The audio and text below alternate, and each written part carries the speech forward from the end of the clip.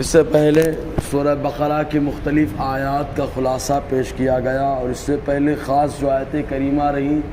وہ یہ کہ اہل کتاب یعنی یہودیوں میں سے ایک جماعت رہیں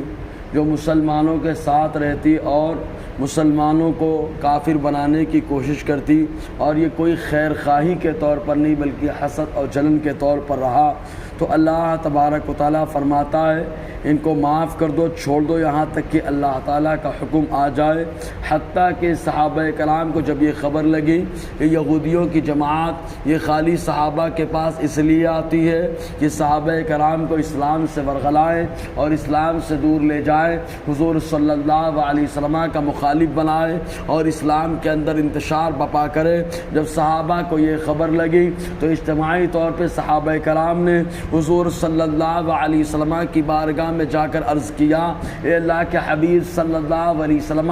آپ جو ہے ہم کو اجازت دے دیں تاکہ ان یہودیوں کا کام تمام کر دے۔ ابھی تک جو ہے ان لوگوں کے خلاف مقابلہ کرنے کا حکم نہ ملا تھا، اس لیے حضور صلی اللہ علیہ وسلم نے ارشاد فرمایا چھوڑ دو، ان کی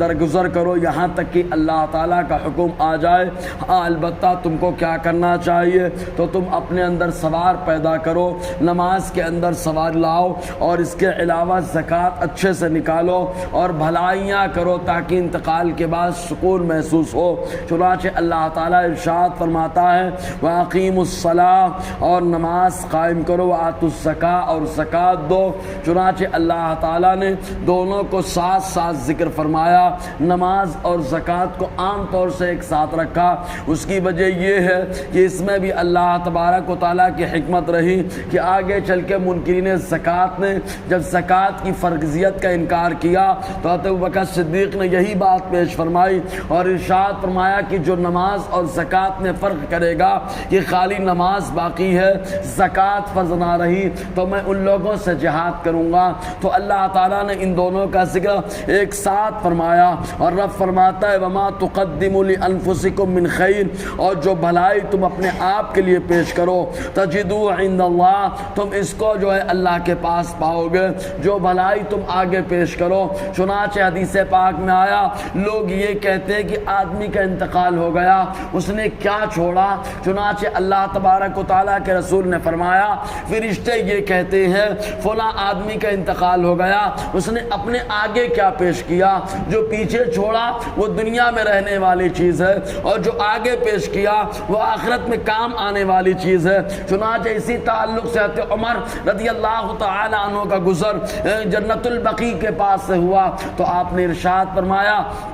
السلام علیکم یا اہل القبور، آپ نے سلام کیا اور کہنے کے بعد کہا کہ کچھ خبریں ہیں جسے تم لوگوں کو بتانا ضروری ہے۔ چنانچہ تم جو انتقال کر کے چلے گئے تو تمہاری بیویاں ان سے شادی کسی کی ہو گئی، تمہارے گھر میں کوئی اور بس گیا، تمہارے مال کو تقسیم کر دیا گیا۔ چنانچہ جیسے حضرت عمر یہ گفتگو کرنے لگے فوراً جو ہے ہاتف غیب سے ایک آواز آئی اور کہا گیا کچھ خبر ایسی ہے جس کو تم لوگوں کو بتانا ضروری ہے۔ وہ خبر یہ ہے کہ تمام چیزیں دنیا کے اندر ہو رہی ہیں، تو ویسے ہی ان لوگوں نے جو آگے پیش کر دیا تھا، اس جو بھی صدقہ کیا تھا، جو بھی بھلائیاں کی تھی، ان لوگوں کو اس کا بدلہ مل گیا۔ چنانچہ اللہ کے حبیب صلی اللہ علیہ وسلم نے فرمایا انسان جو اعمال کرتا ہے انتقال ہو جاتا ہے وہ عمل ٹھپ ہو جاتے ہیں، مگر کچھ چیزوں کا ثواب انتقال کے بعد ملتا ہے۔ نمبر ایک، نیک بیٹا جب تک وہ رہتا ہے ماں باپ کو ثواب ملتا ہے،